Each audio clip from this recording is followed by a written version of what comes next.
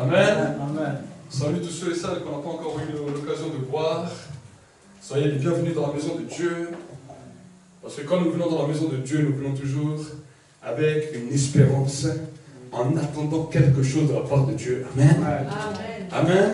Amen. Donc nous vous saluons tous au nom de Jésus-Christ. Nous saluons aussi tous ceux peut-être qui nous regardent à travers Internet. Et nous voulons vraiment voir encore ce que Dieu a prévu pour nous. Amen. Donc c'est pour cela que la Sainte Seine, nous la ferons à la fin. Et avant, j'ai vraiment à cœur que vous puissiez entendre le message. Amen. Parce que bien souvent, des fois, nous pouvons faire la Sainte Seine peut-être avant et sans avoir compris le message. Mais j'aimerais vraiment que tu puisses comprendre. Nous avons déjà commencé une petite partie du message mardi. Nous avons vu ensemble les grandes lignes. Et aujourd'hui, j'aimerais aller en profondeur parce que j'aimerais que votre foi soit activée, votre foi devienne communicative et votre foi puisse grandir. Amen. Amen. Vous savez, la plus grande des choses pour laquelle nous sommes sur cette terre est la chose que Jésus viendra rechercher. Il ne viendra pas chercher simplement des chrétiens. Il ne viendra pas chercher simplement des gens qui disent je vais dans une église, mais il viendra déjà chercher des hommes et des femmes de foi. Amen. Amen. La Bible nous dit quand le Fils de l'homme reviendra sur la terre, est-ce qu'il va trouver la foi? Aujourd'hui, on peut entendre parler d'évangile, de nouvelles ou de bonnes nouvelles à tout vent, à toute sauce. On peut entendre différentes sortes de foi, même dans le milieu de l'évangile. Mais ce n'est pas pour autant, parce qu'on entend toutes sortes de mouvements, toutes sortes de vents, que les gens ont réellement la foi. Parce que la Bible nous dit qu'il n'y en aura qu'un petit nombre qui partira sur toute la grande masse de la multitude. La Bible nous dit qu'il y a beaucoup d'appelés, mais il y a peu d'élus. Et quand on entend cela dans la Bible, cela doit nous faire réfléchir. Jésus a dit un jour quelque chose que quand moi je l'ai lu, ça m'a interpellé. Jésus a dit que le chemin est étroit et resserré. Il devient difficile en marchant. Et il dira quelque chose qui m'a un jour frappé quand j'ai lu. Il dira que peu vont le trouver. Est-ce que vous imaginez? Et je me souviens le jour où j'ai lu ça, j'étais dans ma chambre. Et j'étais en train de lire cela. Et je me suis arrêté. J'étais au début de ma foi. Et j'ai parlé à Dieu et j'ai dit, Seigneur, tu as dit que le chemin est étroit et resserré. Et que peu vont le trouver. Qu'il va être très difficile à trouver. Alors j'ai parlé à Dieu, j'ai dit, écoute Seigneur, fais-moi une grâce de trouver ce chemin. Je ne veux pas être de ceux qui perdent ce chemin ou qui loupent ce chemin, mais je veux trouver ce chemin même s'il est difficile. Amen. Amen. C'était une des prières que j'ai faites, je m'en souviendrai toujours.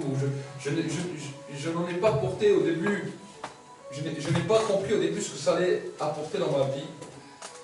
Et j'ai pu voir que la vie chrétienne n'est pas toujours facile. La vie du ministère est encore moins facile. Pour ceux qui disent je veux être au ministère, c'est très bien. C'est très bien de vouloir servir Dieu. Mais j'aimerais vous dire que même quand tu vas servir Dieu, le chemin devient encore plus difficile. Amen. À cause peut-être de la déception, à cause du découragement, à cause de peut-être des gens, comment même les gens des fois font. J'aimerais vous dire que le chemin n'est pas toujours facile. Amen. Et la Bible nous parle qu'en raison des progrès de l'iniquité, l'amour du plus grand nombre se refroidira. Qu'est-ce que cela veut dire? Jésus est en train de nous dire que la foi marche avec l'amour. Et que sans l'amour, il n'y a pas de foi. L'amour de quoi? L'amour de qui? L'amour de la présence de Dieu. La passion de la présence de Dieu. Chaque fois que notre foi commence à défaillir, on n'a plus le même zèle, on n'a plus le même amour, on n'a plus la même passion. Il y a quelque chose qui nous manque, qui avant, on aurait pu nous présenter n'importe quoi. On aurait foncé pour Dieu. Et tout d'un coup, même ce qu'on nous propose commence à avoir de la valeur. Et les choses de Dieu commencent à pâlir. Et la Bible nous dit, en raison des progrès de l'iniquité, en raison des progrès du péché, notre amour commence à se refroidir. Alors des fois, le péché, ce n'est pas seulement le péché qu'on peut voir, que celui qui vole ou qui tue ou qui fait l'adultère, ce n'est pas simplement ses péchés. Mais la Bible nous dit que le premier des péchés, c'est l'incrédulité. Amen. De ne plus croire en Dieu et de ne plus croire en toi-même. pourquoi ne plus croire en toi-même? Jésus a dit la chose suivante. Il a dit, tu pourras aimer ton prochain que si tu t'aimes toi-même. Et si tu dois t'aimer, tu dois croire. Pourquoi? Parce que la Bible nous dit que le Saint-Esprit est en toi. Et que tu ne vis plus pour toi-même, mais que tu vis pour Christ. Beaucoup de gens me disent, je crois en Dieu. Mais quand je parle avec eux et je leur pose, mais c'est bien de croire en Dieu, c'est bien d'avoir reçu le Saint-Esprit. Mais est-ce que maintenant tu crois aussi en toi-même? C'est ça le plus grand problème des croyants de ce siècle. Beaucoup croient en Dieu, mais ils ne croient plus en eux-mêmes. Ils ne croient plus en eux-mêmes. Et quand tu ne crois plus en toi-même, c'est comme si tu ne crois plus à l'Esprit qui est en toi. Est-ce que vous comprenez? Amen. Et c'est pour cela que le Saint-Esprit, des fois, s'entriste. Parce que le Saint-Esprit veut t'utiliser. Le Saint-Esprit veut parler à travers de toi. Le Saint-Esprit veut faire des choses à travers toi. Le Saint-Esprit veut se manifester à travers toi. Alors quand on entend il veut se manifester à travers toi, peut-être qu'on croit simplement peut-être dans l'évangélisation.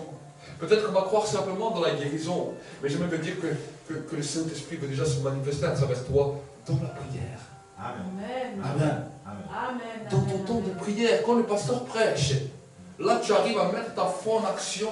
Tu dis, ah, Dieu lui a parlé, je suis sûr. Mais quand Dieu te parle à toi, quand tu es dans la prière, et quand une parole, une révélation vient, tu ne crois pas à ça. Est-ce que vous saisissez? Amen. Amen. La prédication de l'homme de Dieu doit confirmer ce que Dieu te parle quand tu es dans ta chambre. Amen. Amen. Amen. L'homme de Dieu n'est pas un gourou qui doit venir faire dire de ta vie, te téléphoner toutes les 5 minutes et te dire voilà, tu dois faire ça, tu dois faire ça. Non. C'est le Saint-Esprit qui doit conduire ta vie. Amen. Ce n'est pas un homme qui va conduire ta vie, c'est le Saint-Esprit. Amen. Amen. Et pour que tu puisses comprendre et saisir cela, la Bible nous montre que Jésus nous a laissé trois niveaux de foi, 3 dimensions de foi, 3 fois différentes, dans lesquelles tu vas pouvoir t'épanouir, dans lesquelles tu vas pouvoir te réjouir pour parvenir dans la dimension que Dieu a prévue pour toi. Amen. Amen. Amen. Ce matin, nous allons voir trois sortes de foi que Dieu nous a laissées. Et tu vas voir que toutes ces 3 sortes de foi ne sont pas du tout pareilles, même si elles s'appellent foi, et même si Jésus a mentionné le nom foi en utilisant ces 3 critères dans la Bible, mais tu vas voir que chacun des 3, tu en as besoin dans ta vie de tous les jours. Amen.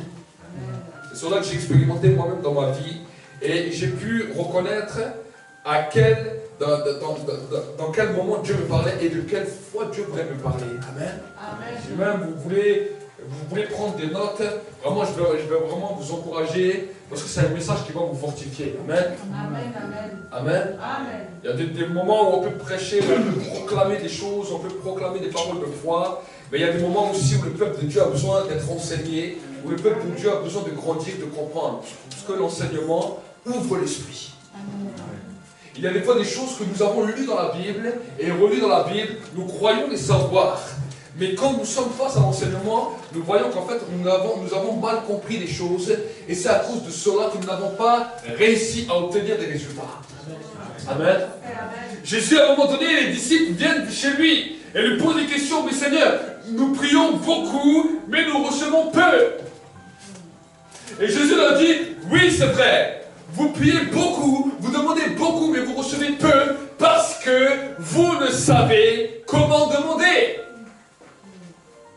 Amen. Amen. Mon désir à moi pour toi, c'est que chaque fois que tu ouvres ta bouche dans ta chambre, Dieu t'exauce. Amen. Amen. Que chaque prière, vous savez, j'aime voyager, quand j'ai voyagé à travers différentes églises, j'ai vu beaucoup de personnes dans différents endroits, que ce soit en Colombie, que ce soit en France, que ce soit en Algérie, dans les différents endroits où Dieu a pu m'envoyer en Allemagne. Mais les choses principales que je demande chaque fois que je viens, je dis aux gens, je dis, vous savez, ce n'est pas un témoignage que je veux entendre, parce que tout le monde, nous avons tous des témoignages. Et avoir un témoignage est quelque chose de bien, et je sais que tout le monde, si je vous demande à chacun d'entre vous, vous aurez tous un témoignage à me raconter. Mais ce que j'ai réalisé, c'est que dans la vie du croyant, ce n'est pas le témoignage qui fait la force du croyant, parce qu'il peut avoir des beaux témoignages et à un moment dans sa vie, il est complètement à plat. Est-ce que vous saisissez? Alors ce que je commence à demander, chaque fois que je vais dans un endroit, chaque fois que je vais quelque part, je dis si je dois vous poser une question, sur 100 prières que vous faites, quel est le taux de pourcentage d'exaucement? Là, je sais que les mains sont moins levées. Si je demande à une personne, donne-moi ton témoignage, donne-moi qui a un témoignage, tout le monde va lever la main. Mais si je demande sur 100%, sur un pourcentage, de toutes les prières que tu fais, combien sont exaucées? Je sais que la plupart des gens, ils vont commencer à descendre des mains après 30 ou 40%. Parce qu'ils vont avoir un problème. Amen.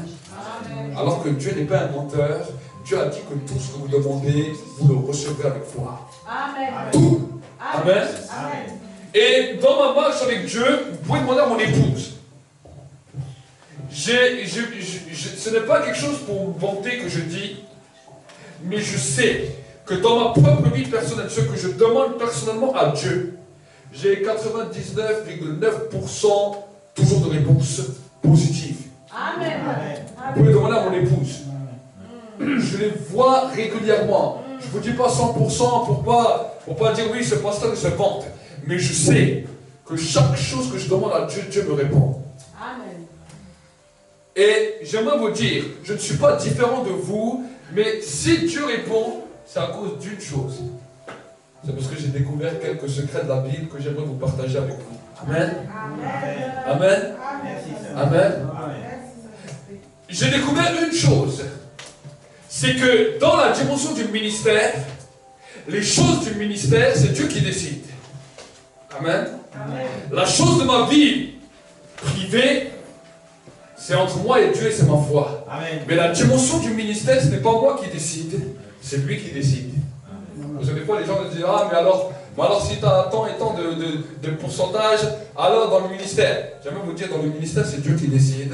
Mais dans ma vie privée, les demandes que je fais privées, les choses que je fais pour moi, je vous dis la vérité. J'ai 99,9% d'exaucement. Et quand je dis ça, ce n'est pas... Si je commence à vous raconter des témoignages, je peux vous raconter des témoignages jusqu'à cette année, tout ce que Dieu fait.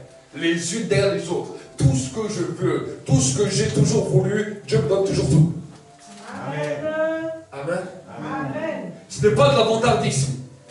C'est simplement parce que j'ai découvert certains secrets avec Dieu et j'ai vu que Dieu ne ment pas. Amen. Amen. Et mon désir, c'est de vous communiquer ces choses pour que vous-même, vous puissiez avancer. Et qu'ensemble, les hommes et les femmes, quand ils vont voir l'église Centre Mondial de Réveil, vont dire non, nous reconnaissons que ces hommes, que ces femmes ont connu un mystère au niveau de la foi qui amène la réalisation de leur prière chaque fois qu'ils invoquent Dieu. Amen. Amen. Et la première des choses, nous allons prier, je vais prier avant de commencer. Là, je vous ai donné un petit peu l'eau à la bouche pour que vous puissiez comprendre. Tu peux m'éteindre juste cette lumière? Merci. Je vous ai donné l'eau à la bouche pour que vous puissiez avoir l'envie. Amen. Amen. On a mis un petit peu de sel juste sur votre langue pour commencer à ranimer vos papilles gustatives. Vous savez, chaque fois que vous allez dans un restaurant, on vous propose quoi? On vous propose soit des... Ici en Alsace, on vous propose des bretzels, mais dans les autres restaurants à travers le monde, on vous propose soit des cacahuètes ou des choses salées. Pourquoi? Parce qu'ils savent que si vous mangez ça, vous allez, le sel, quand il va aller dans votre bouche, ça va vous donner un avant-goût, et au bout d'un moment, vous aurez faim, et vous allez manger à cause de ce qu'on vous a servi au début. Amen. Est-ce que vous savez? C'est pour ça que tous les restaurants font comme ça. Et c'est pour ça qu'on a créé l'apéritif, parce que dans le temps de l'apéritif, on vous donne des cacahuètes, tout ce qui est salé, parce que dès que vous allez manger ça, vous allez encore en avoir envie, et ils savent qu'après vous allez manger. Amen. Jésus a dit que vous êtes le sel de la terre. Amen. Amen. Pour que vous puissiez bien manger, il faut d'abord, quand on vous sert un petit peu, un petit entrée, ça va vous donner l'appétit. Amen. Amen. Amen. Amen. Nous allons prier. Merci Saint-Esprit pour ta présence. Merci pour l'atmosphère qui est là, pour le climat qui est là. Je te demande, Saint-Esprit, que la foi de tous mes bien-aimés ici présents, de tous mes bien-aimés sur le net, va monter en puissance. que la foi va être établie. Que la foi, Seigneur mon Dieu, mon roi, va être inébranlable. Je détruis maintenant tout ce que l'ennemi avait conspiré dans les foi de chacun et de chacune. Je détruis la puissance du découragement. Je détruis la puissance du désespoir. Je détruis maintenant la puissance de l'incrédulité. Et je déclare maintenant que la foi de mes bien-aimés soit activée. Et que Seigneur mon Dieu mon roi, il se saisit soit de leur guérison, soit de leur miracle, soit des choses que tu as prévues pour eux au niveau des finances, soit Seigneur de la prospérité, soit de la surabondance, soit de la multiplication, soit de la puissance de la conversion des gens de ta famille. Que l'atmosphère, Seigneur, commence à changer, bouleverser. Nous te bénissons de ton grâce dans le nom de Jésus. Amen. Amen. Acclame pour le Seigneur. Amen. Amen. Alors j'ai voulu regarder un petit peu pour voir dans l'originalité ce que le mot foi voulait dire. Et je regardais en latin. Latin, le mot foi s'appelle fides. Et la traduction du mot fides, c'est le pacte, l'accord et l'alliance. Trois choses. Le pacte, l'accord et l'alliance. Amen. Et quand j'ai vu cela allait justement dans la même dimension que j'étais en train de préparer le message, parce que Dieu m'a parlé de trois sortes de foi. Et vous allez voir que dans ces trois sortes de foi, on va retrouver le pacte, l'accord et l'alliance. J'ai voulu continuer à regarder en grec. En grec, le mot foi veut dire pistis. Ce qui veut dire confiance, conviction de vérité. Amen. Et tout cela a la même signification, mais en hébreu, le mot foi s'appelle Emouna. Emouna. Alors la première dimension de la foi, c'est quelque chose que j'ai commencé à parler mardi soir. C'est la foi qui plaît à Dieu. Et pour que nous puissions voir la foi qui plaît à Dieu, dans lequel le pacte même de l'alliance commence à se manifester, nous allons ouvrir nos Bibles dans le livre de Hébreux 11 et nous allons voir ensemble ce que la Bible nous dit. Livre de Hébreux 11, pour que vous puissiez voir ce que Dieu dit par rapport au pacte, par rapport à la foi qui plaît à Dieu. La Bible nous dira, Hébreux 11 au verset 1er, la Bible nous dit la chose suivante. Vous y êtes tous? Hébreux 11, verset 1er. Je vais vous attendre un petit peu, comme ça vous lisez. Parce que c'est bien d'entendre, mais c'est aussi bien de voir. Amen. Comme ça vous voyez, vous lisez, et vous pouvez même lire avec moi, comme ça votre bouche aussi le dit. Amen. Amen. Et après je vais vous dire pourquoi je vous fais lire. Attention, si je vous dis des choses comme ça, vous savez tous que quand je dis quelque chose comme ça, vous ne savez pas pourquoi je le dis, mais après, ça peut être dangereux pour vous. Amen. Lis avec moi. Hébreux 11, verset 1er. On lit ensemble. Or, la foi, c'est l'assurance des choses qu'on espère, la démonstration de celles qu'on ne voit pas. Au verset 6, or sans la foi, répète après moi, or sans la foi, il est impossible de lui plaire. Celui qui s'approche de Dieu doit croire qu'il existe et qu'il récompense ceux qui le cherchent. Pourquoi je te fais répéter? La Bible nous dit, par tes paroles tu seras justifié, par tes paroles tu seras condamné. Amen. C'est pour cela que tu l'as dit de ta bouche.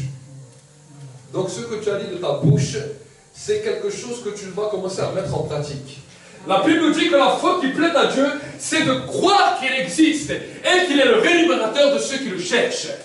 Combien de fois nous avons donné peut-être notre vie au Seigneur, nous avons commencé à marcher avec Dieu, mais la foi réelle n'était pas là. Vous savez, quand je me suis converti en 2004.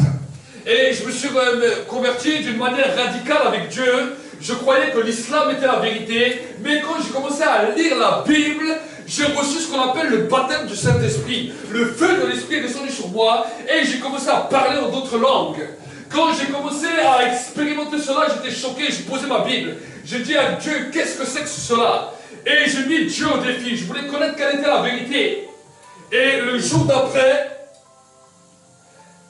j'ai reçu une vision, j'étais carrément paralysé, j'ai reçu une vision, et dans cette vision, je me voyais prêcher l'évangile avec mon meilleur ami, et j'ai dit non, ça c'est pas moi, je ne suis pas un prédicateur, en plus je suis musulman, je ne suis pas chrétien. Et là, j'ai entendu la voix de Dieu audiblement, qui m'a dit, sans Jésus, tu ne peux pas être sauvé.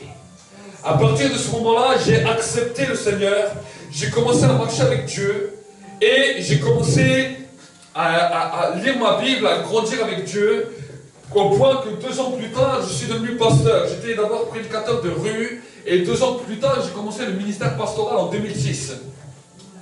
Mais alors que je commençais le ministère pastoral, alors que j'avais vu beaucoup de choses que Dieu faisait, j'avais vu des guérisons, j'avais vu des miracles, j'avais vu des délivrances, j'avais vu toutes sortes de choses que Dieu avait accomplies à travers ces 2 ans, mais je n'avais pas encore une foi véritable.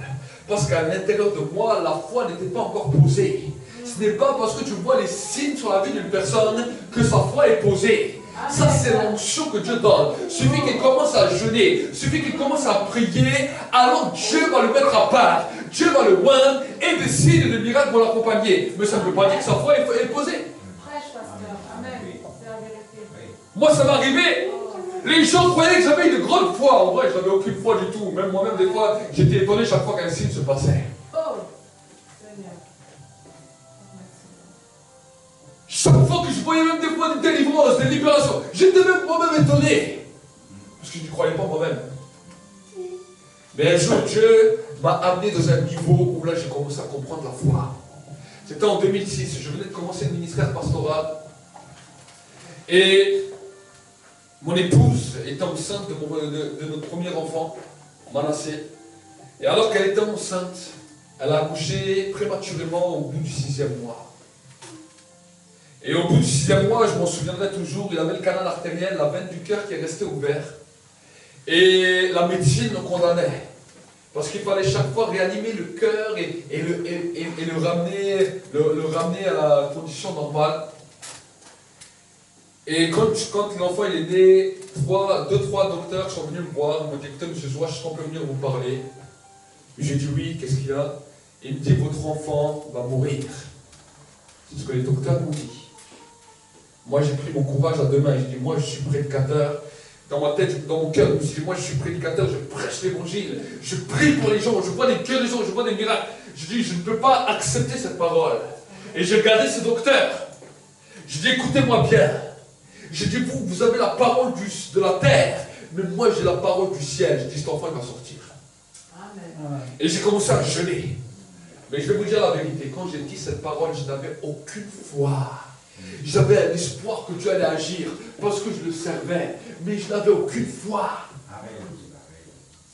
Souvent dans ta vie, tu peux déclarer des paroles de foi audacieuses pour les gens, où les gens peuvent te voir et dire, waouh, mais quelle foi! Mais à l'intérieur de toi, si tu es réel, et si tu n'as pas vraiment traité ce problème, tu sais que la vraie foi, tu n'es pas là. Tu as un espoir. L'apôtre Paul nous dira une chose. L'apôtre Paul nous dit, voici maintenant il y a 3 choses qui demeurent. La foi, l'espérance et l'amour. Mais le plus grand, c'est l'amour. Mais il nous dira que ces 3 choses, il y a la foi, il y a l'espérance et il y a l'amour. Pourquoi l'apôtre Paul nous parle d'espérance? Parce que l'espoir fait vivre. Il y a un dicton français qui dit, l'espoir fait vivre. Amen. Et chaque personne du monde entier a une espérance. A une attente.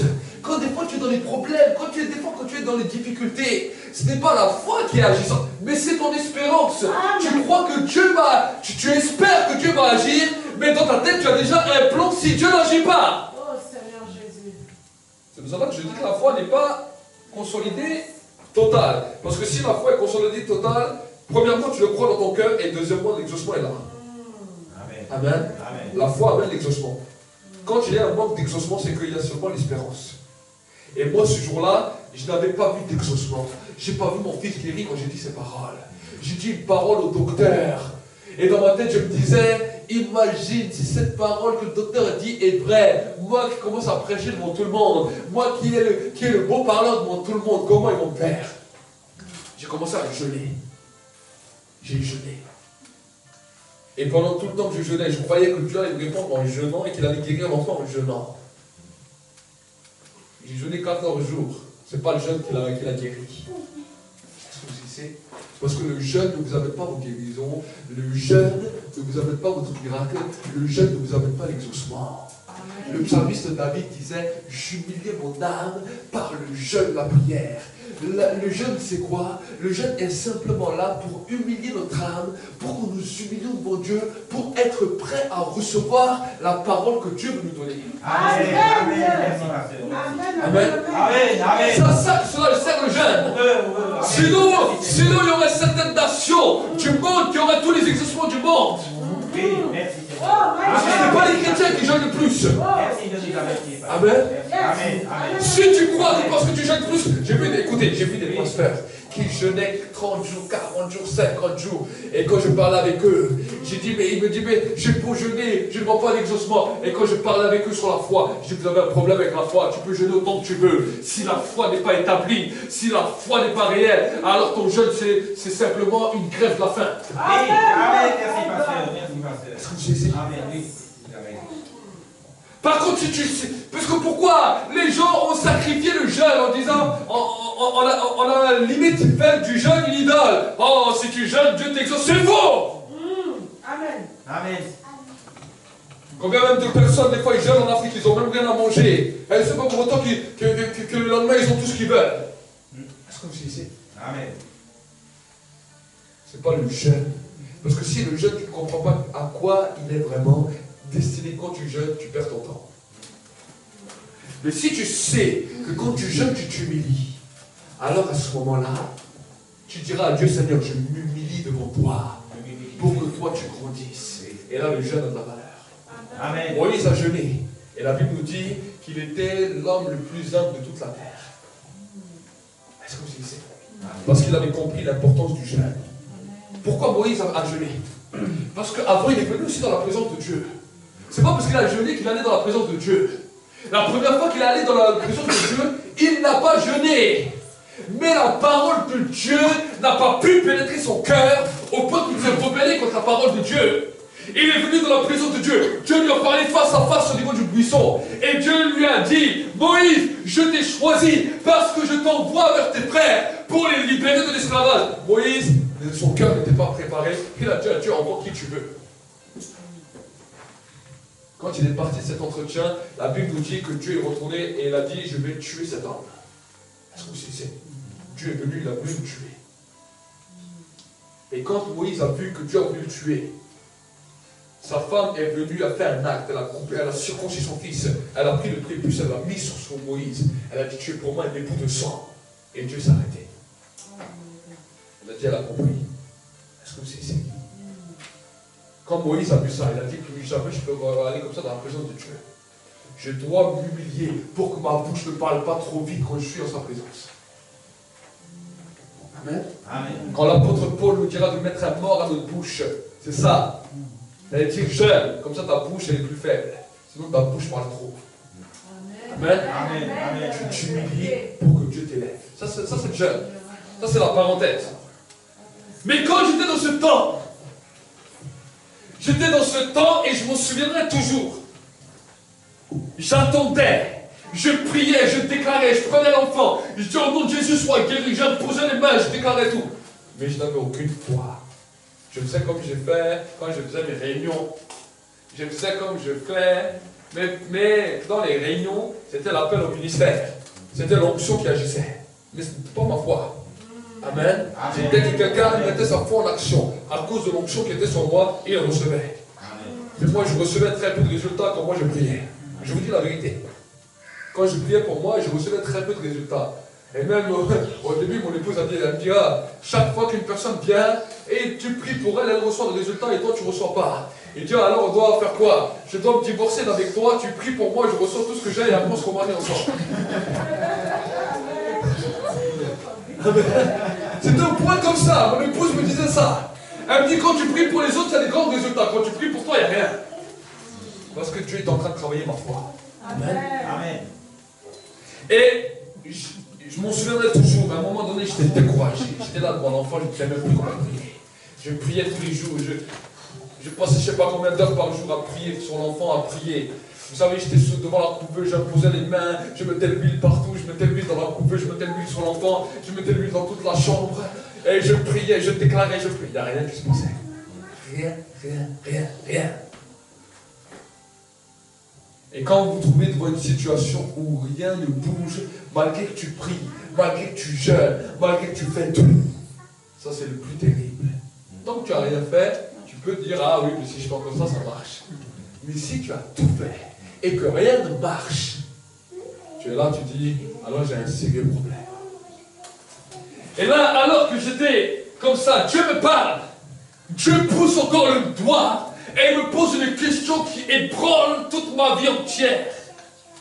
Et la question que Dieu me pose est la suivante. Il m'a parlé de manière audible et il m'a dit, si aujourd'hui je prends ton fils, est-ce que tu vas continuer à prêcher l'évangile? Alors que je suis en train de prier pour sa guérison. Je ne savais pas quoi lui répondre. Et un jour, alors que j'étais au bas, découragé, alors que je ne savais plus quoi répondre, je me suis abandonné à Dieu. J'ai dit, écoute Seigneur, j'ai dit, si tu veux le prendre, j'ai dit, prends-le. Dans ma tête, je me suis pensé, peu importe ma réputation, peu importe tout ce que je peux. J'allais, parce qu'on a notre amour propre. Qu'est-ce que les gens vont penser? Qu'est-ce qu'eux vont dire? J'ai dit, prends-le. Je dis, moi, je continuerai. Amen. Et je suis resté comme ça dans un temps d'attente. Et le pire, c'est que dans la semaine où j'ai dit ça à Dieu, je vais dans un jeudi soir, il y avait une réunion de prière. Et il y avait un de mes leaders qui était en train de prêcher. Parce que je l'avais laissé le jeudi soir où moi je ne prêchais pas, parce que j'étais beaucoup pris à l'hôpital. Et j'arrive à la réunion, et il me prêche sur le premier fils de David avec Bathsheba qui est mort. Et le diable me dit, tu as vu ce que tu as dit? Et je dis, oh mon Dieu. Et je dis, mais moi je ne me trouve pas dans la même situation que David. Et je dis, pourquoi Et le diable essaie de m'arrêter par toutes sortes de choses, mais jamais vous dire. Alors qu'on a continué en prière un jour avec mon épouse, un jour j'avais le petit sur moi. Et là Dieu me parle. Il me dit, jusqu'à aujourd'hui la médecine n'a rien confirmé de bon sur ton fils. Mais pour te prouver que je suis Dieu, je guéris ton fils et tu vas confirmer le miracle. Amen. Et mon fils a été guéri instantanément. Amen. Les docteurs, le lendemain, ils sont venus, ils ont fait des examens, ils étaient tellement choqués qu'ils m'ont appelé, moi et mon épouse. Et moi, j'ai dit, monsieur Zouach, on n'a aucune explication sur le rétablissement de votre fils. On n'a aucune explication médicale. On ne sait pas ce qui s'est passé. J'ai dit au docteur, regardez, écoutez-moi, ça c'est le miracle de Dieu. Amen. Le docteur me dit, moi je suis quelqu'un d'athée, je ne crois pas en Dieu, mais ce que je vois, je peux seulement dire que c'est un miracle. Amen. Alléluia. Je suis parti de là. J'ai réfléchi à la parole que Dieu m'a dit. Vous savez, quand Dieu vous parle, il faut réfléchir. Il y a des gens, des fois, Dieu leur parle, et Dieu dit, c'est bon, ils pleurent, ils sont sous l'émotion. Ils peuvent être tombés même dans l'onction. Ils peuvent avoir reçu, expérimenté toutes sortes de choses. Ils peuvent avoir les poils qui sont hérissés, les cheveux qui sont montés sur la tête. Mais pourtant, ils oublient la parole, ils la laissent tomber à terre. Je suis rentré chez moi et j'ai réfléchi. Et je me suis posé une question. Et j'ai posé cette question à Dieu. J'ai dit, mais Seigneur, pourquoi tu me le dis? Tu sauras que je suis vraiment Dieu. Dieu m'a dit ça. Il m'a dit, pour te prouver que je suis Dieu, je guéris ton fils. Je dis, mais pourquoi tu me prouves que Dieu est Dieu?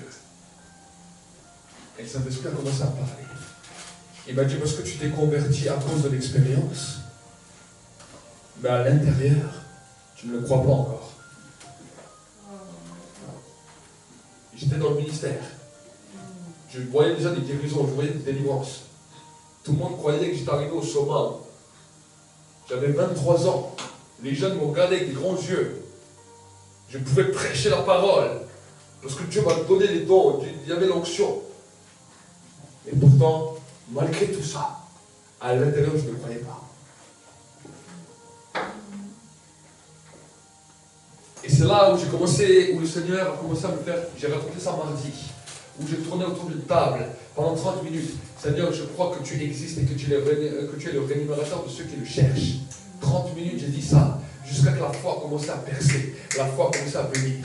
Et là, j'ai commencé à croire que Dieu existait vraiment et qu'il était mon patron. Amen. Ça, c'est le premier niveau de foi. Or, sans la foi, il est impossible de lui plaire. Celui qui s'approche de Dieu doit croire qu'il existe et qu'il est le rémunérateur de ceux qui le cherchent. Si tu veux commencer à vivre une vie victorieuse avec Dieu, ne regarde pas sur tes problèmes, ne regarde pas sur tes difficultés, parce qu'à l'instant maintenant que je suis en train de parler, une atmosphère est en train de changer. On a passé un niveau. Là, je suis en train de vous parler. À ce moment-là, il y a un niveau qui est franchi. J'ai senti dans l'esprit. Il y a une transition dans l'esprit où un nouveau niveau est passé. Il y a eu un éclaircissement. Il y a eu des écailles des yeux qui ont commencé à tomber. Amen. Amen. Je vois ça dans l'esprit. Il y a quelque chose qui s'est ouvert dans vos vies. Amen. Ne regarde pas simplement sur les charismes, mais dis à Dieu, si peut-être maintenant, avant que je continue à aller plus loin, s'il y a des personnes qui sont là, ou sur le net, qui se trouvent dans cette situation, et qui disent, Seigneur, c'est vrai, moi dans mon cœur, je n'ai pas vraiment cette réelle foi, alors maintenant, dis-le à Dieu. Dis-le à Dieu maintenant. Dis-le à Dieu. Dis-le, parle-lui. Ferme tes yeux, parle-lui. Parle-lui, n'attends pas la fin, vis avec moi le temps de la prédication. Vis avec moi le temps du culte. Si tu te trouves dans cette situation, dis-lui à Dieu, avant d'aller plus loin. Parce que tu vas voir, après on va voir les deux autres niveaux. Il y a deux autres niveaux. Il y a deux autres niveaux. Il y a quelque chose qui est en train de se briser dans le monde visible et invisible. Prie maintenant.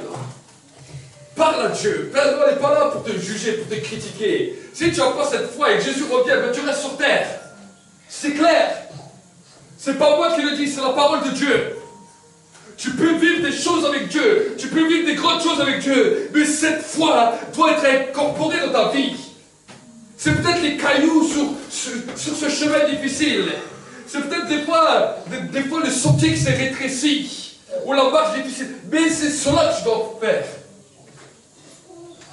Je n'ai pas encore parlé de l'exaucement de la prière. Là, c'est simplement croire que Dieu existe. Croire que Dieu existe. Arrête de dire chaque fois, est-ce que Dieu existe vraiment? Est-ce que Dieu intervient vraiment? Arrête de penser ces choses et dis, Seigneur, je renonce à ces choses. Je crois que tu existes et que tu es mon patron. Je crois que tu existes et que c'est toi qui gères ma vie. Arrête de croire que Dieu ne gère pas ta vie. Arrête de croire que tu es toujours seul. Souvent tu pleures, souvent tu es découragé, souvent tu es désespéré. Mais maintenant, il y a quelque chose de nouveau qui change. L'Esprit de Dieu veut t'amener dans une nouvelle dimension. Recevez maintenant. Recevez. Recevez. Recevez. Recevez. Recevez dans le nom de Jésus. Merci, Saint-Esprit. Dans le nom de Jésus. Merci, Saint-Esprit. Dans le nom de Jésus. Dans le nom de Jésus. Ça, c'est le premier palier de la foi. Le premier palier de la foi. Et on ne peut pas passer aux autres paliers si on n'est pas passé par celui-là. J'aimerais vous parler du deuxième palier de la foi. Et cette foi, malheureusement, a été mal comprise dans nos milieux. C'est ça qui a permis, malheureusement, des scandales, des situations, des fois, où les gens se sont mis eux-mêmes dans les problèmes à cause de cette parole. Et j'aimerais vous encourager à voir le livre de Hébreux 10, verset 38, ce que la Bible nous dit. Hébreux 10, verset 38. Hébreux 10, verset 38.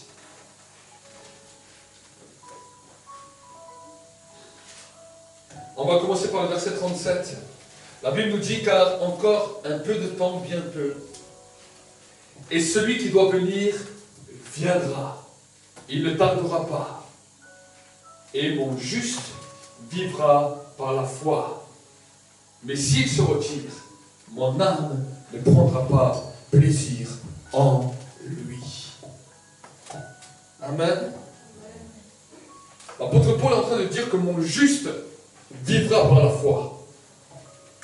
Pourquoi je vous dis que ce verset a amené des fois des problèmes et des scandales? Parce que dans nos milieux évangéliques, dans les milieux pentecôtistes ou charismatiques, à un moment donné, on a pris ce verset à tue-tête. Mon juste vivra par la foi. Certains des fois avaient des travails, ils ont pris ce verset et ils ont dit je laisse tout et je suis Dieu et ils se sont retrouvés dans des problèmes. D'autres, même des hommes de Dieu, ont dit mon juste vivra par la foi. Ont eu les folies, des fois des grandeurs. Ils se sont lancés dans des projets faramineux. Et ils se sont trouvés dans des problèmes et dans les scandales. Quand l'apôtre Paul est en train de nous dire mon juste vivra par la foi, il ne te dit pas de te lancer bêtement dans tous les projets bêtes que tu as envie ou dans tous les projets que ton âme est en train de t'attiser. Parce que dans les dimensions de l'esprit, il y a deux choses que nous devons comprendre. Il y a les désirs que Dieu a préparés pour nous, mais il y a aussi des fois notre âme qui nous pousse à faire des grandes choses pour valoriser notre personne, pour que les gens nous voient et pour que les gens disent ah mais quelle grande foi. Amen, pasteur. Amen, amen. Mais ça ce n'est pas Dieu, ça c'est ton âme, ça c'est ton propre désir qui t'amène dans ce niveau. Amen. Est-ce que vous savez? Mais pour que nous puissions comprendre que veut dire cette parole, je veux t'encourager à ouvrir ta Bible dans le livre de Romains 10, verset 16. Romains 10, verset 16, tu vas voir ensemble ce que la Bible nous dit. Romains 10, verset 16, et tu vas comprendre ce verset. Il y aura un deuxième niveau de foi qui va être libéré dans ta vie. Il y a quelque chose de nouveau que tu vas comprendre, une nouvelle compréhension de l'écriture. Parce que tu vas balancer simplement ce verset et te dire fais tout ce que tu as envie. Avec ce verset, je vais te dire que ça va être ta ruine. Mais voilà ce que la Bible nous dit. Pourquoi je dis ça? Parce que ça a déjà été fait. C'est déjà du vécu. Plein de pasteurs ont pris ce verset comme ça, ils l'ont balancé aux fidèles. Les fidèles ont fait tout et n'importe quoi. Et des scandales terribles sont passés dans l'église. J'ai vu des familles être totalement détruites à cause de ce verset. J'ai vu des ministères totalement être détruits parce qu'ils sont lancés à tout vent. Ils sont retrouvés dans la rue. Ils n'ont plus rien eu. J'ai vu des ministères être détruits à cause de ça. Regardez ce que la Bible nous dit. Romains 10, verset 16. Mais tous n'ont pas obéi à la bonne nouvelle. Aussi, Ésaïe dit-il, Seigneur, qui a cru à ce que nous avons fait entendre? Ainsi, la foi vient de ce qu'on entend. Ce qu'on entend vient de la parole de Dieu. Amen. Quand le deuxième niveau de foi, c'est le niveau de l'accord, le niveau de l'obéissance. Ce n'est pas une foi, simplement tu dis Seigneur je crois en toi, mais c'est une foi obéissante aux directions que l'Esprit de Dieu va te donner. Amen. Amen. Amen. Dieu ne t'a pas dit de tout lâcher et de faire tout et n'importe quoi. Dieu te demande d'être attentif à ce qu'il va te dire et d'obéir quand il te dit quelque chose. Amen. Amen. Jésus a dit que celui qui a des oreilles écoute ce que l'Esprit dit à l'Église. C'est pour cela que quand tu pries, avant de parler même de tout ce que toi tu veux, dis Seigneur, fais-moi connaître ta volonté. Fais-moi connaître ce que tu attends de moi. Fais-moi connaître ta propre justice. Je m'attends à ta volonté. Je m'attends à ce que tu m'éclaires. Je m'attends à ce que tu me diriges. Tant que Dieu ne t'a rien dit. Et bien là, tu continues à chercher Dieu, tu continues à l'adorer, tu continues à vivre ta vie, mais en mettant Dieu le premier. Mais quand Dieu commence à te parler, à te donner une direction, alors à ce moment-là, la Bible nous dit, si tu veux rester dans la foi, tu dois commencer à obéir. La Bible nous dit que l'obéissance vaut mieux que les sacrifices. Peut-être tu es en train de lire la Bible, Dieu te parle sur un verset, qu'un verset te touche, et toi tu fermes la Bible et tu dis, ah, j'ai pas envie d'obéir. Est-ce que vous savez? Est-ce que vous comprenez? On a vu cela avec des gens. On peut leur parler, ils aiment l'onction, ils aiment la présence de Dieu, ils aiment quand Dieu agit. Mais quand tu leur parles de l'obéissance à la parole de Dieu, quand tu leur parles de certaines règles que Dieu lui-même a établies, comme peut-être la dîme ou d'autres choses, les gens ils commencent à gagner, ils disent ah non, ça je ne veux pas entendre. Ils ferment la Bible et ils disent ah non, maintenant ça je ne veux pas écouter. Est-ce que vous savez? Regardez ce que la Bible nous dit, parce que l'apôtre Paul est en train de nous parler, il parle à l'église de Romains. Pourquoi l'apôtre Paul parlera beaucoup de la foi à l'église de Romains et à l'église d'Hébreux? Parce que l'église de Romains, la Bible nous dit, était une des églises qui était connue dans le monde entier à cause de sa foi. C'est pour cela qu'à Rome, le Vatican a mis son QG. Parce que c'était une église qui était connue dans le monde entier à cause de sa foi. Il a voulu saisir de l'héritage pour détruire cela dans la religiosité. Mais dans la lettre des Hébreux. Les Hébreux, c'était le peuple juif, les enfants d'Israël, qui eux avaient la loi, et eux, ils avaient une telle connaissance de la loi qu'ils oubliaient la foi. Donc l'apôtre Paul à eux, il était obligé aussi de leur parler de la foi pour qu'ils reviennent sur les traces de leur père Abraham. Amen. Au Corinthiens, là, il est obligé de leur parler de la loi, parce que là, c'est le bazar. C'est des hommes qui ont la foi, qui comprennent bien les choses spirituelles, mais ils n'ont aucune règle, et ils font tout et n'importe quoi. Et là, la Bible nous dit que, là, il parle aux Romains, il parle à des hommes, des femmes, qui exercent leur foi, qui croient que Dieu existe. Mais regardez ce qu'il leur dit. Il dit, mais tous n'ont pas obéi à la bonne nouvelle. Autrement dit, il nous parle de ceux qui désobéissent à ce que Dieu est en train de dire, à ce que l'Esprit de Dieu est en train de dire. Et après, il nous dit aussi, Ésaïe dit-il, Seigneur, qui a cru à ce que nous avons fait entendre? Ainsi la foi vient de ce qu'on entend. Ce qu'on entend vient de la parole de Dieu. Amen. N'écoute pas les désirs de ton âme pour te lancer dans des projets de fous sans que le Saint-Esprit lui-même t'a parlé. Chaque fois que le Saint-Esprit parle, le Saint-Esprit ne parle pas une fois. Amen. Le Saint-Esprit ne vient pas te dire une fois et après, c'est comme si sur le monde entier, personne ne sait ce que Dieu va faire. Chaque fois que Dieu parle, Dieu va les confirmer 2 fois, 3 fois, même des fois 4 fois, même des fois 5 fois. Par différents moyens, par différentes personnes, par différents canaux.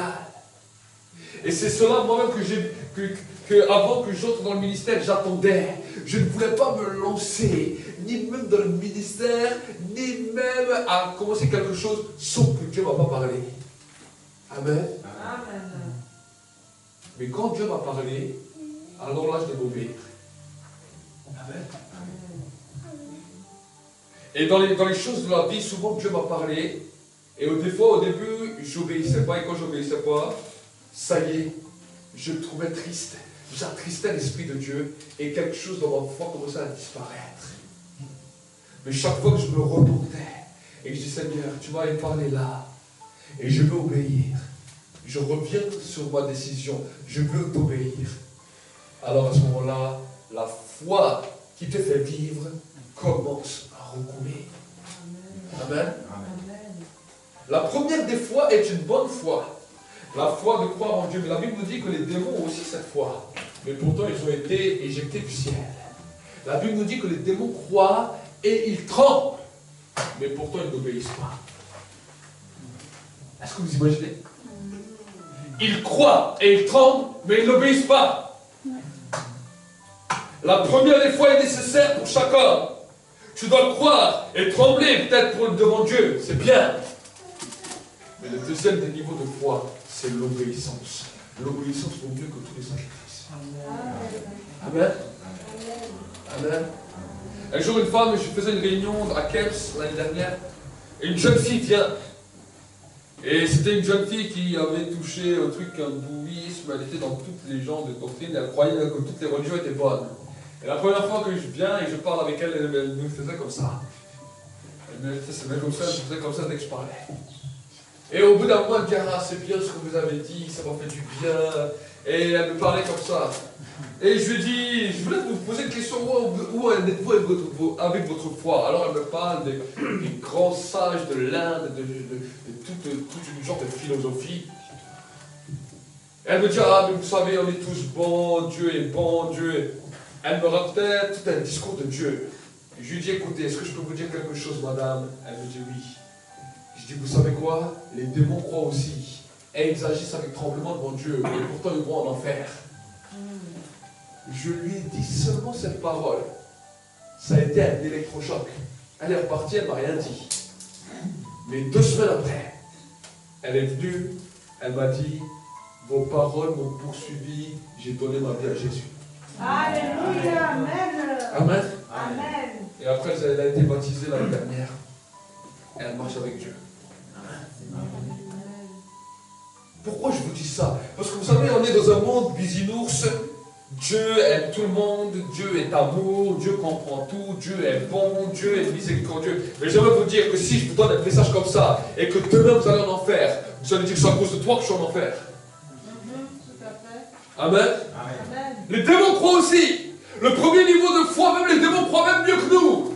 Parce qu'ils savent que Dieu existe. Ils savent que Dieu est vivant. Mais pourtant, ils lui ont désobéi au ciel. Et quand je regarde dans la Bible, il y a un homme qui avait une très grande foi, qui croyait que Dieu était vivant. Sur les 12 apôtres, il était celui qui avait peut-être la plus grande des foi, parce que jamais je l'ai entendu dire dans la Bible qu'il est venu chez Jésus en lui disant « Augmente-nous la foi ». Il avait les signes et les miracles qui l'accompagnaient. C'était un homme qui croyait. Mais pourtant, quand Jésus parle de lui, il dit « L'un de vous est un démon ». Hey, my God. Est-ce que vous comprenez? Judas Iscariote était un homme qui avait la foi en Christ. Jamais Jésus n'a parlé contre sa foi à lui. Au contraire, il lui a même encore donné la bourse. Parce qu'il avait peut-être même foi que la bourse allait grandir et que l'argent allait grandir. Et bien sûr, lui, il s'empochait aussi au passage. Mais parce qu'il désobéissait à Dieu, Jésus a dit l'un de vous est un démon. Il croit comme eux, il tremble quand je parle, mais il n'obéit jamais. Est-ce que vous savez? Amen, amen, amen. Il y a des gens qui sont comme ça. Ils ont là une foi forte, ils ont une réelle foi, mais ils n'obéissent jamais. Amen. Et peut-être d'autres, moi je vous dis la vérité, à un moment donné je me posais toujours des questions. Même quand Dieu me parlait, même quand je recevais des révélations fortes, il y a des moments où je me posais la question, mais est-ce que j'ai pas rêvé? Est-ce que c'était vraiment réel?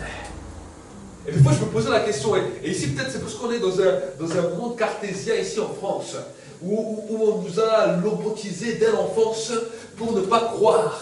Amen, vérité. Mais quand j'ai commencé à comprendre cela et quand j'ai commencé à traiter ça, la véritable foi est venue. Et là, une ferme assurance était là dans mon cœur. Mais la deuxième des choses, ça c'est la foi la plus difficile, c'est la foi de l'obéissance. La foi de l'obéissance. Chaque fois que Dieu parle, obéir.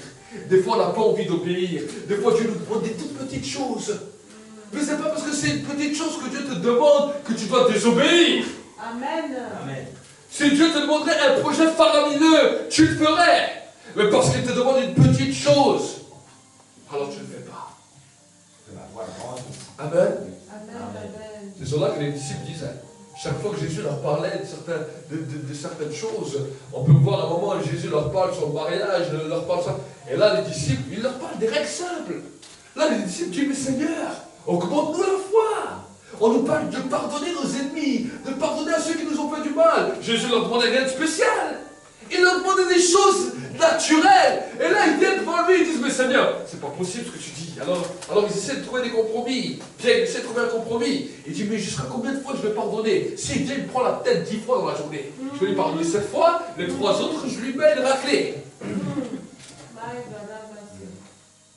Jésus dit, je ne te dis pas 7 fois, mais je te dis 70 fois 7 en une journée. Il dit, là, c'est pas possible. Amen. Amen. Amen. Est-ce que vous comprenez? Là, c'est là où les disciples disaient, Seigneur, augmente-nous la foi. Augmente-nous la foi. Parce qu'ils voyaient qu'il y avait un problème. Ils voyaient que leur foi n'arrivait pas à continuer. Et quand Jésus a dit, maintenant on va me tuer, eux ils vont dormir, il dit, restez avec moi en prière. Parce que si vous ne restez pas en prière, vous n'arriverez pas à résister. Est-ce que vous essayez? Pour pouvoir résister. Dieu attend de toi que tu puisses prier, passer du temps dans sa présence pour pouvoir obéir. Et là, le jeûne est bon. Parce que le jeûne va t'apprendre à t'humilier pour mieux obéir. Amen. Amen. Ça, c'est le deuxième niveau de foi.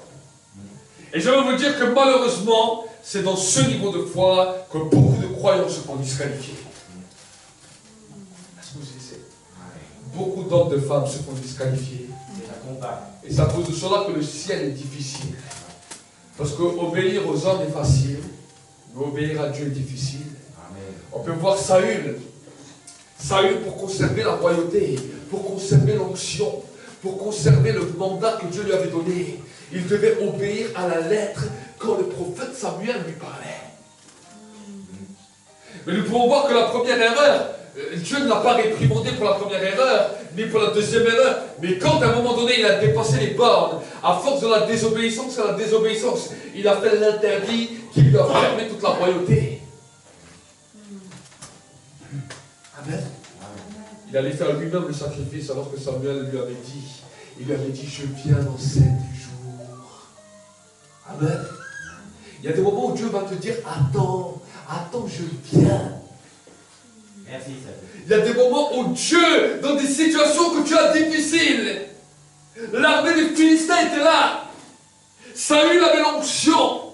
Mais malgré qu'il avait l'onction, il avait peur. Parce que les Philistins se rapprochaient de lui. Mais il avait reçu les paroles que Dieu l'avertissait par la bouche du prophète, en lui disant, dans 7 jours exactement, je serai là. Amen. Amen. Amen. Amen. Est-ce que vous saisissez? Il y a des fois des mois, il y a des fois des temps, il y a des fois des années dans lesquelles Dieu va nous parler clairement. Et c'est à nous de rester en attente. Je me souviens quand on avait commencé l'église, je l'ai raconté encore la dernière fois, mon frère Westman. On avait commencé l'église, on avait une salle en 2010, Dieu nous avait parlé. Pendant pratiquement 2 ans, on ne voyait personne à l'église. Mais Dieu nous a parlé. On restait, je faisais de l'évangélisation, je faisais tout. Et à un moment donné, avant le mois d'avril 2012, Dieu m'avait parlé. Il dit, dans 6 mois, le réveil commence dans l'église. Les gens vont commencer à venir. Dans ma tête, je me suis dit, mais pourquoi 6 mois? Pourquoi pas tout de suite? Pourquoi pas demain? Je dis encore à ma femme, Dieu m'a dit dans 6 mois. Dans 6 mois. Et en avril 2012, il m'a donné une date. Avril 2012. Janvier, il n'y avait personne. Février, il n'y avait personne. Mars, il n'y avait personne. Mais en avril 2012, les 20 premières personnes sont venues. Et là, on a commencé à voir que Dieu a commencé à se manifester. Amen. Amen. Amen. J'ai appris une chose avec mon épouse. C'est que quand Dieu nous dit attends, alors on attend. Amen. Amen. Amen. Quand Dieu nous dit agis, on agit. Quand Dieu nous dit maintenant bouge, maintenant va dans un autre endroit, tu vas dans un autre endroit. Amen. Amen. Amen. Même pour venir ici, on avait une première salle. On a bougé quand Dieu nous a demandé de bouger. On est parti quand Dieu nous a demandé de partir. Amen. Amen. Amen. Amen. J'avais fait d'autres réunions. J'avais fait une réunion à Kemps. Une réunion à Kemps qui marchait très bien. Dans lesquelles beaucoup de personnes venaient. Où on faisait même des baptêmes dans la baignoire. On a quelques vidéos sur le net. Mais le jour où Dieu m'a dit arrête, j'ai arrêté. Les gens même sont venus chez moi et m'ont dit mais nous on est prêts même à financer, à donner de l'argent. Seulement pour que tu continues. Mais si Dieu dit une phrase, tu dois arrêter même quand le succès est là. Amen. Amen. Amen. Oh, Amen. Seigneur Jésus. Amen. Même quand le succès est là. My God. Un jour je suis en prière. Je vous donne quelques exemples d'obéissance pour que vous puissiez comprendre. Un jour je suis en prière. Et alors que je suis en prière, le Saint-Esprit parle clairement. Il me dit voilà. Il me dit on va te contacter. On va te contacter dans les jours qui vont venir. On va te proposer un très bon travail. Avec 5 ou 6 000 euros par mois. Avec un 13e mois, 14e mois, 15e mois. Jusqu'au mois de décembre, tu peux toucher 25 000 euros en un mois. Il m'a dit, on va te téléphoner, tu peux prendre la place tout de suite, on va te dire. Mais moi, je te parle et je te dis de refuser ça. J'ai dit ça à mon épouse. Quelques jours après, je reçois ce coup de fil. Un coup de fil clair et précis, avec toutes les caractéristiques que j'ai reçues dans la parole de Dieu. On me dit, si vous venez aujourd'hui, si vous me dites aujourd'hui, oui, la place est à vous. J'ai raccroché. C'était pour aller travailler en Suisse. J'ai dit, je refuse ce travail. Pas parce que je ne voulais pas, c'était quelque chose de très alléchant. Ça aurait pu être un grand témoignage. Je serais venu à l'église, j'aurais donné un grand témoignage. Mais Dieu m'a dit, tu refuses. J'ai refusé cela. Amen. Quand bien même au début, quand j'ai refusé, les portes du travail ne s'ouvraient pas. Le diable lui dit, mais tu as vu ce que tu as refusé. C'était une personne qui était derrière l'hôtel qui ne comprend pas ta décision. Mais je savais que Dieu attendait une obéissance. même dans les succès, Dieu peut te demander d'arrêter. Amen, amen, vérité. Est-ce que vous saisissez? Alléluia. Amen, amen. C'est pour cela que si tu regardes que au succès, le succès peut te perdre. Amen. Le succès est une bonne chose. Oh, Seigneur. Mais quand le succès est conduit par Dieu, le diable a aussi des fois des pièges. Le diable peut aussi te proposer des bons succès. Toi tu vas dire, ah c'est la foi. Mais si peut-être Dieu t'a parlé avant et t'a dit non, et que toi tu dis oui, ça peut te détruire. Alléluia. Amen. Saül, ça l'a détruit. Dieu lui avait parlé. Et Dieu ne parle pas toujours de cette manière. Ce n'est pas tout le temps pour chaque situation ou chaque décision que je fais. Il y a des moments où je fais les choses, Dieu ne me parle pas. Je fais les choses, tant que Dieu ne me dit rien, ben je dis Amen. Mais si Dieu m'interpelle, et si Dieu me dit, ben vas-y, continue, alors je continue. Mais si Dieu me dit d'arrêter, alors je m'arrête. Amen. Amen, pasteur. Amen. Amen. J'étais dans un travail. Où je travaillais bien et où on me proposait l'embauche. Mais il fallait que je fasse les kilomètres à mes frais. Je n'avais jamais travaillé pendant tout un temps. Et au bout d'un moment, on m'avait proposé l'embauche. Et j'ai dit à ma femme, j'ai dit, il y a quelque chose que je ne sens pas, il y a quelque chose que je ne sens pas ici. Ce n'est pas la boîte en question, mais il y a quelque chose, il y a un piège. Il fallait que je fasse 100 km et vu que l'église était passée par le temps de crise, on était même prêt à déménager pour aller à 100 km, pour aller là-bas. En plus, je faisais une réunion là-bas, les cellules là-bas, ça marchait bien. J'ai dit, ah, il y a tout qui s'ouvre. Et au bout d'un moment, les jours, je parle à mon épouse, je fais, écoute, je sais pas, il faut que j'arrête. Elle me dit pourquoi? Et je dis, je sens dans l'esprit qu'il faut que j'arrête, sinon il y avait un accident. J'ai dit cela à mon épouse.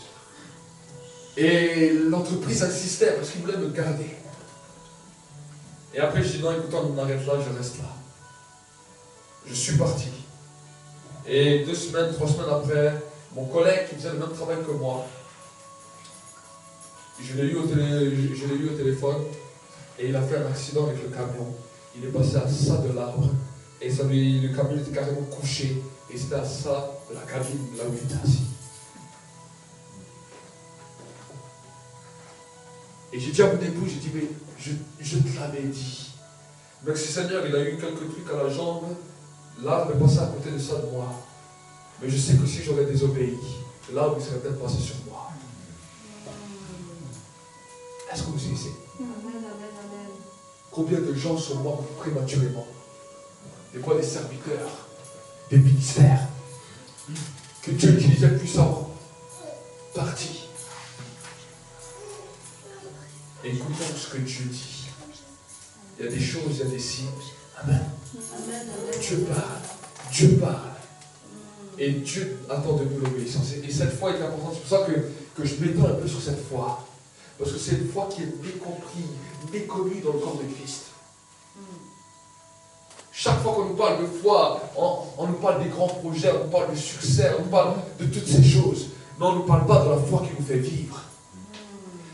Et en leur parlant seulement de succès, et en oubliant la réalité de la foi, les hommes foncent dans les murs et il y a scandale sur scandale. Et quand les gens voient ça, ils disent, ah mais je croyais qu'il avait la foi, et pourtant il s'est effondré, moi je ne veux pas ressembler à lui.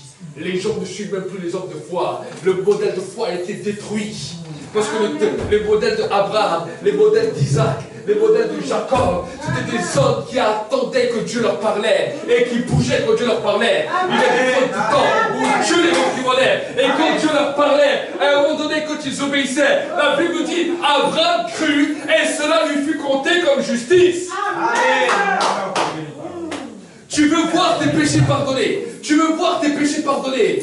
Tu as déjà demandé 50 000 fois à Dieu pardon. Tu as pardonné 50 000 fois tes ennemis. Mais pourtant le poids du péché est encore là. Parce qu'il y a besoin d'obéissance. Dès que tu obéis, Dieu te fait justice. C'est ça la foi. Amen. Amen. Amen, amen, amen. L'obéissance des fois peut nous amener des ennemis. L'obéissance des fois va nous amener tout le monde contre nous. Parce que le diable va tous t'élever. Tant que tu dis simplement une foi pour le succès, tout le monde te suivra. Tout le monde t'aimera. Tout le monde t'acclamera. Et dira, ah, c'est bien. C'est le pasteur Yom Kisho qui dira un jour suivant. Un jour, il est allé prêcher dans les églises sur la foi qui se développe. Et il avait parlé comment Dieu l'avait utilisé pour acheter à l'époque le plus grand bâtiment au monde, la plus grande église du monde. Et un jour, il est allé dans une des églises où il avait fait cet enseignement. Et on lui dit, voilà, il y a deux jeunes qui voudraient venir te voir. Et il voit ces jeunes qui étaient motivés mais détruits. Et il a dit, mais qu'est-ce que vous avez? Et il dit, pasteur, on a voulu faire comme vous. On a voulu suivre votre exemple. On s'est lancé dans des projets. On a acheté un grand bâtiment. Mais maintenant, on croule sur les dettes et personne vient. Le pasteur rempli de sagesse dira la chose suivante. Il parlera à ces jeunes et dira, mais j'aimerais juste vous poser une question. Est-ce que Dieu vous a dit de faire ça? Ces jeunes ont dit non. Ils ont dit, on a entendu votre histoire et on a voulu faire pareil.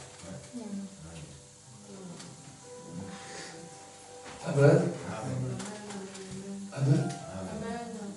Quand on a commencé avec mon épouse, beaucoup nous ont dit, ah, mais prenez un grand bâtiment. Faites ceci, faites cela. J'ai dit le jour où Dieu voudra. Amen. Amen. Amen. Jésus n'est pas venu dans un grand palace, mais il est venu dans une crèche avec lui. Amen. Amen. Amen. Amen. Amen. Amen. Un lieu reculé que personne ne voulait voir. Amen. Amen. Si Dieu veut, amen. Mais je sais que ce sera hors son temps quand lui voudra et là où il voudra. Amen. Amen. Amen. Amen. Amen. Amen. Je ne veux ni crouler ni dans les dettes, ni être objet de scandale. Mais je veux obéir à Dieu. Même si au début les gens disent qu'il n'y a pas de succès. Même si au début les gens disent qu'il n'y a rien. Parce que je sais que la gloire de Dieu, à fonction de l'obéissance, va continuer à grandir. Amen. Amen. Amen. Amen. Amen. Amen. Amen. Je m'étais lancé, j'avais commencé les évangélisations, on avait commencé l'évangélisation. Et je commençais à un moment même à être invité à droite, à gauche, plusieurs ont commencé à nous inviter, l'onction s'est manifestée. Et comme au mois de juin, Dieu nous a parlé clairement. Il m'a parlé clairement. Il m'a dit, tu arrêtes ça pour le moment. Certains pasteurs n'ont pas compris. Il m'a dit, tu arrêtes. Et il a commencé à me parler. Il m'a dit, il est vrai que je n'ai rien contre l'évangélisation. Mais mon église n'a pas commencé par l'évangélisation. C'est ce que Dieu m'a dit. Alors que j'étais dans sa présence encore même cette semaine, il a dit, pendant 3 ans, les disciples ont évangélisé. Et pourtant, de toute leur évangélisation, des milliers de personnes, que 120 personnes étaient là. Mais quand ils ont commencé à chercher ma présence dans la chambre haute, ils ne sont pas allés ni à droite, ils ne sont pas ni allés à gauche, ils ne se sont pas éparpillés à gauche et à droite. Mais à un moment donné, la puissance de l'Esprit a commencé à descendre. L'Esprit de Dieu a commencé à descendre. Et l'église, dans un jour, 3000 personnes sont venues. Amen. Le Seigneur m'a dit, je ne te dis pas un temps, mais je te demande l'obéissance. Parce que ce n'est pas les foules qui vont rassasier ton âme. Ce n'est pas la foule des personnes qui rassasieront ton âme. Mais c'est ma présence. Amen. Vous savez, j'ai évangélisé dans les rues. Et j'aime beaucoup les évangélistes de rue. Je ne parlerai jamais mal contre les évangélistes de rue. Mais je sais que des fois, quand nous sommes évangélistes de rue, le désir de notre âme peut aussi venir en disant il faut que c'est nous qu'on sauve les gens, et il faut que c'est nous qu'on parle. Et au bout d'un moment, ce désir devient tellement fort qu'on oublie Dieu à cause du salut des âmes. Amen. Le plus important, c'est d'abord Dieu, et c'est Dieu aussi qui attire. Amen. Amen. Dieu attire. Amen. Amen. Des fois, on peut parler beaucoup, mais beaucoup de paroles, des fois, ne servent à rien. Mais peut-être que si tu passes seulement dans la rue et tu es rempli du Saint-Esprit, tu es loin de l'Esprit, les gens vont venir chez toi et vont dire, qu'est-ce que tu as? Il y a quelque chose en toi que je n'aime pas, que je ne connais pas. Qu'est-ce que c'est? Dis, viens sur moi et tu l'amènes à l'église. Amen. Amen. Amen. Est-ce que vous ici? Amen. Amen. Alors c'est vrai que ça peut aller à contresens, à contre-courant de tout ce que tout le monde dit. Parce qu'aujourd'hui, on nous dit, pour avoir une église qui grandit, il faut l'évangélisation. Pour avoir une église qui grandit, je ne dis pas que je suis contre tous ces principes. Ce sont des principes que Dieu a dit. Et que j'ai moi-même, j'ai travaillé dedans. Mais il y a des temps où Dieu parle. Et il y a des temps où il faut obéir. Ça, c'est ce que Dieu m'a dit. Peut-être un autre pasteur ne lui dit pas évangéliser. C'est la mission que Dieu lui a donnée. Amen. Amen. Et lui, quand il va marcher dans cette vision, Dieu va lui donner le succès. Mais moi, je vais écouter ce que Dieu me dit, parce que je sais qu'en écoutant ce que Dieu me dit, je vais trouver le succès. Peut-être pas autant comme les gens voudront, mais à un moment donné, le succès vient. Amen. Amen. Amen. Et les choses que Dieu dit des fois c'est dur. Amen. C'est pas facile. Amen. C'est pas facile. Mais chaque fois que tu obéis, tu te sens en paix avec Dieu, peu importe ce que les gens pensent. Moi, je regarde plus ce que les gens pensent. Des fois, les gens critiquent, des fois, peu importe ce que les gens pensent. Je sais que Dieu et moi, on est en paix. Le reste, ne me regarde pas. Amen. Amen. Amen. Amen. Donc, j'aimerais vraiment t'encourager, frères, sœurs, à obéir à Dieu. Amen. Amen.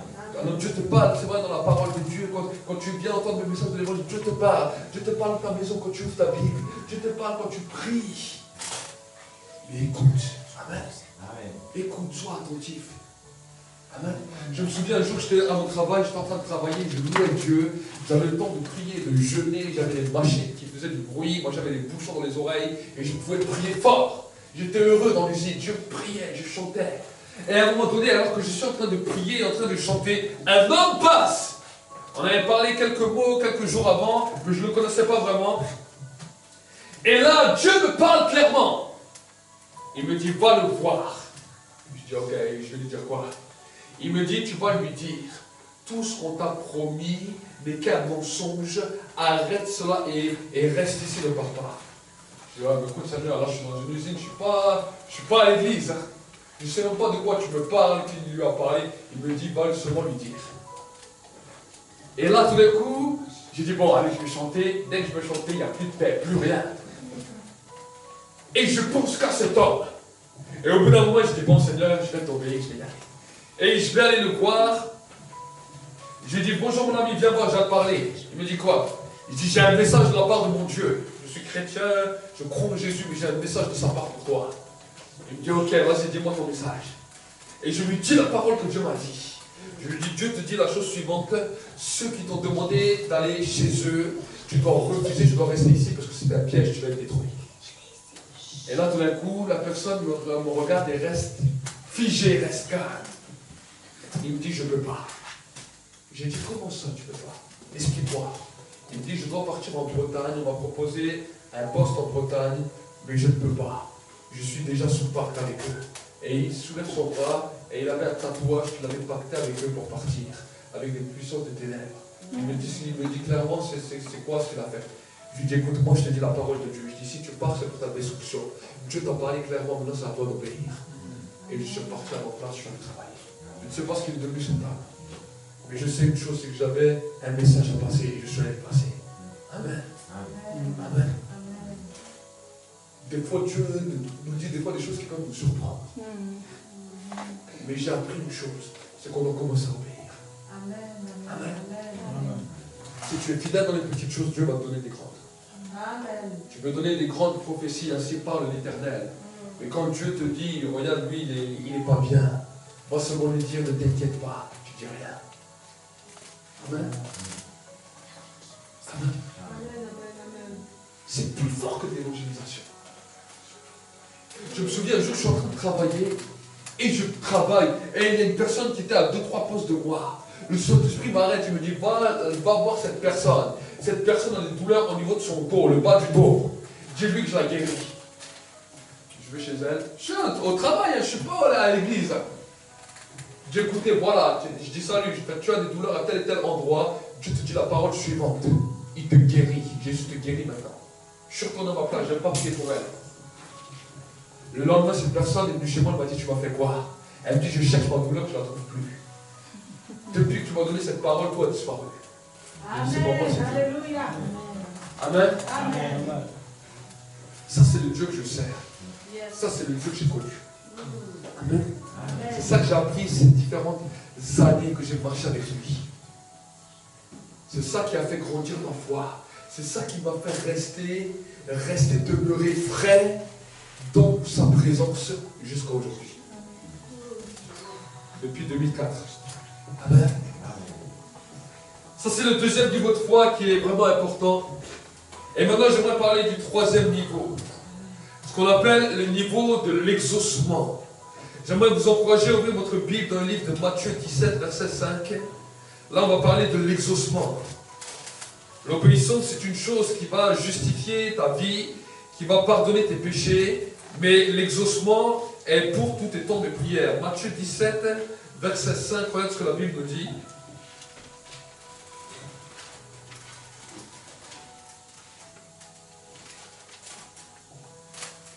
Matthieu 17. Non, Matthieu 21, verset 22, excusez-moi. Matthieu 21, verset 22. La Bible nous dit la chose suivante. Tout ce que vous demanderez avec foi par la prière, vous le recevrez. La Bible nous dit, tout ce que vous demanderez avec foi par la... Dis avec moi ça. Tout ce que vous demanderez avec foi par la prière, vous le recevez. On va prendre un autre verset et ensuite je vais vous expliquer. Luc 17, verset 5. Luc 17, verset 5.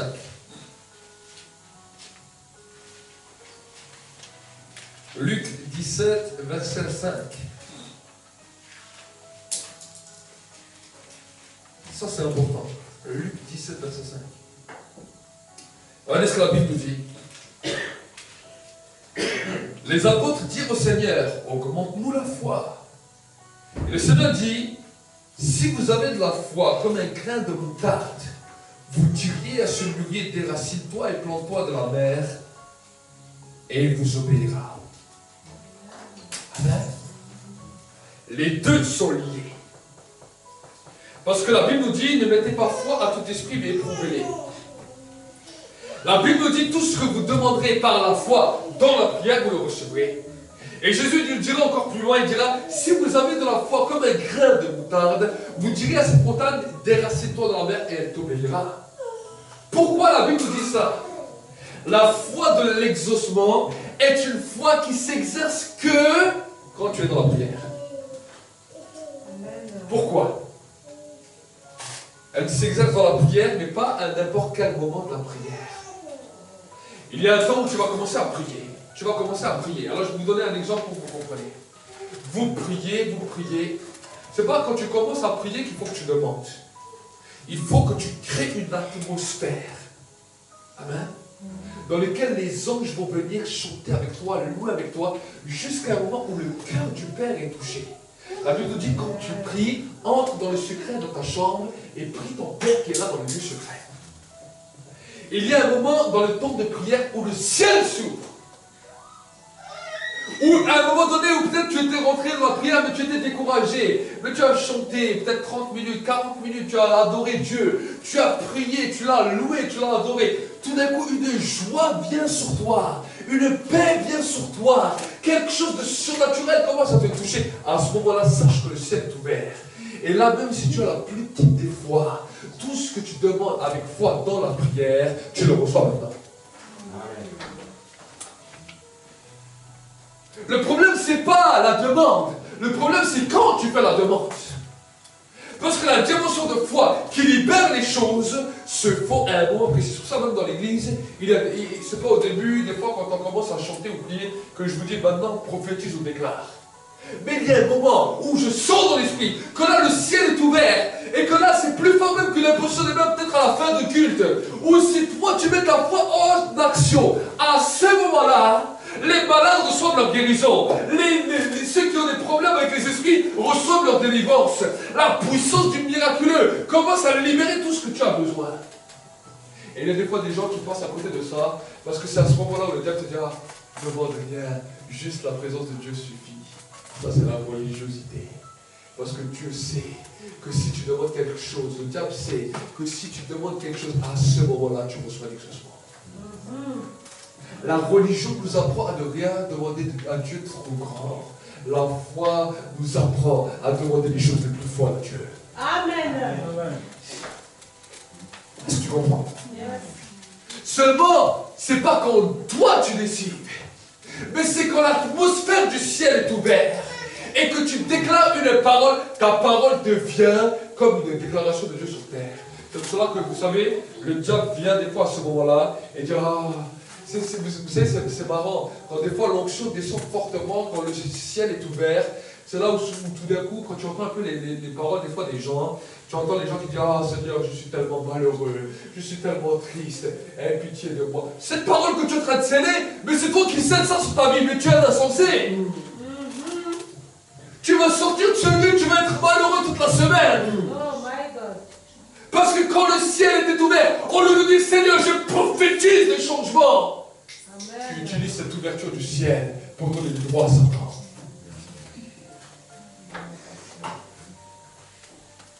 Le diable est malin. Il connaît les lois spirituelles.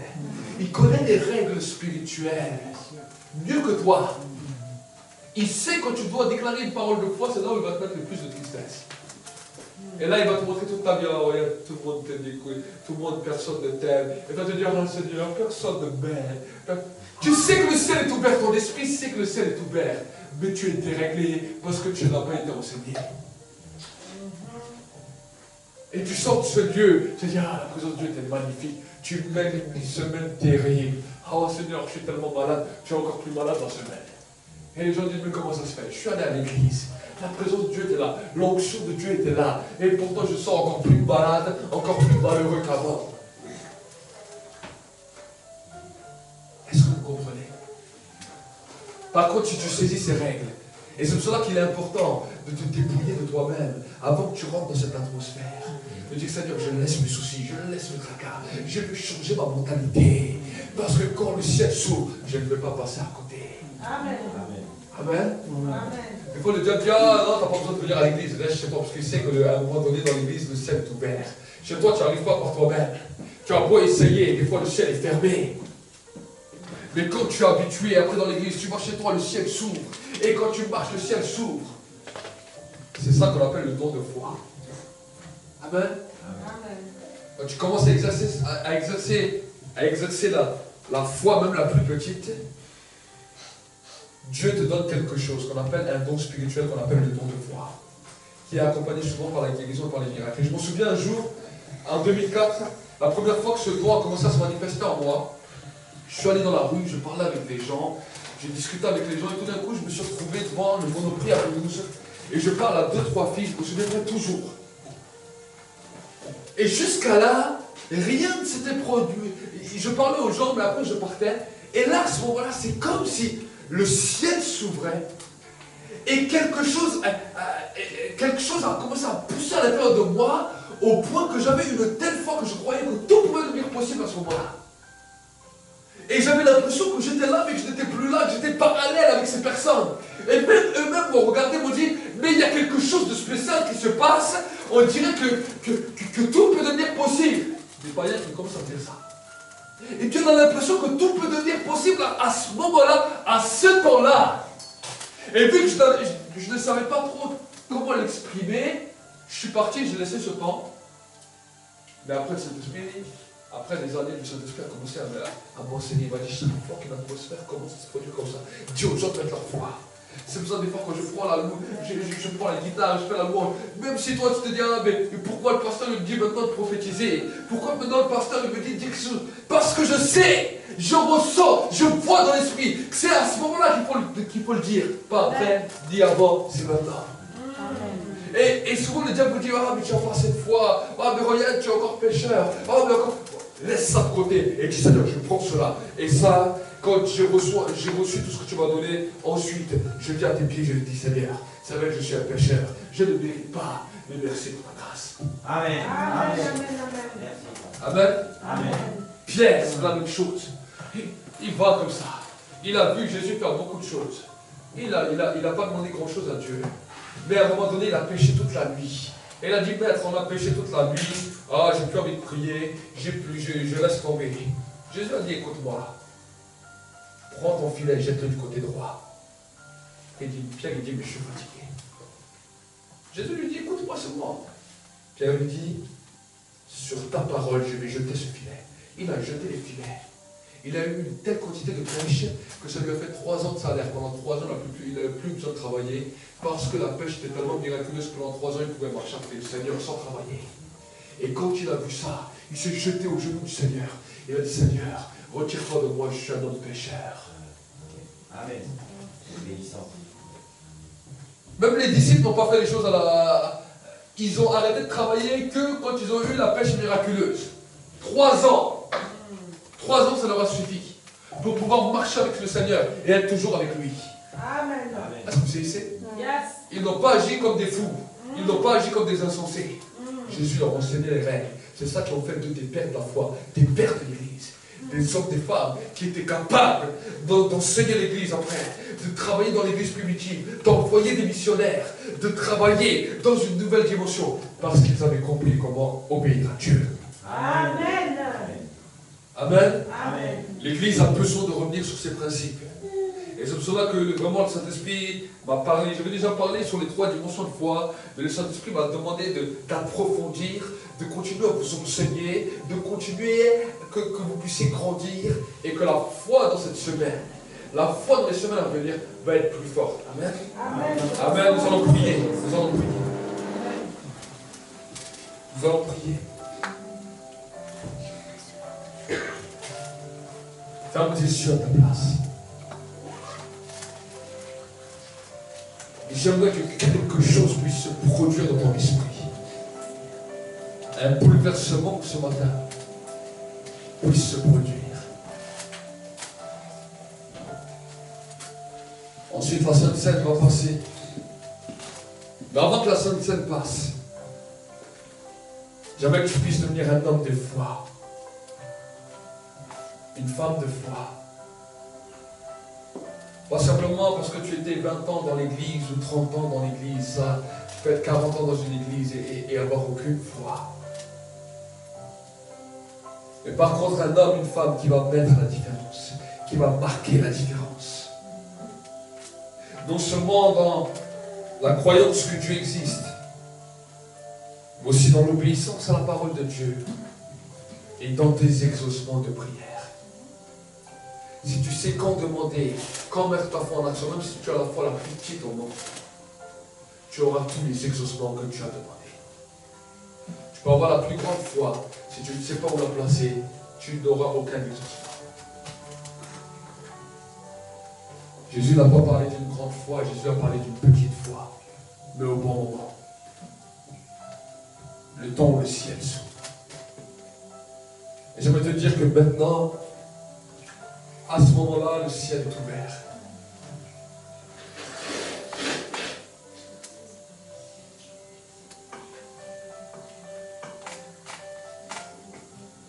C'est le moment où tu dis, Seigneur, rends-moi obéissant. Dis-lui, dis-lui. Peut-être que tu as besoin de dire, Seigneur, rends-moi obéissant.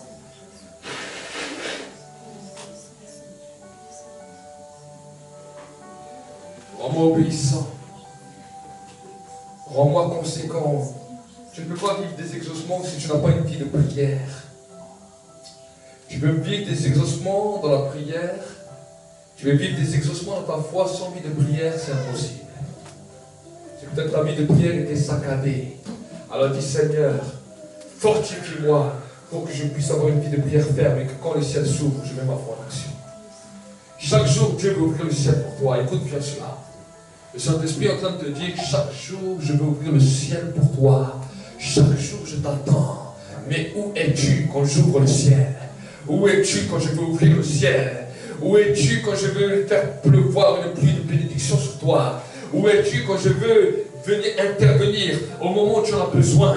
L'apôtre Paul nous dira dans la Bible, approche-toi donc avec assurance auprès du trône de la grâce pour être secouru au moment où tu en as besoin. Au moment où tu en as besoin. Dieu est prêt à tendre son bras. Mais il attend des disciples. Il attend des hommes, des femmes qui sont déterminés. Qui sont déterminés. Merci Saint-Esprit pour ta présence. Commence à déclarer un changement sur ta vie. Commence à prophétiser un changement sur ta vie de prière. Commence à prophétiser un changement dans ta foi. Une nouvelle étape. Une nouvelle étape dans le service. Et une nouvelle étape dans le service. Le plus grand des services, c'est avoir une vie qui marche avec la foi. Le plus grand étape de service, c'est avoir une vie qui marche avec la foi. Tu peux voir les signes, tu peux voir les miracles, mais si tu es dépourvu de foi, alors le ciel peut être fermé. Le ciel peut être fermé.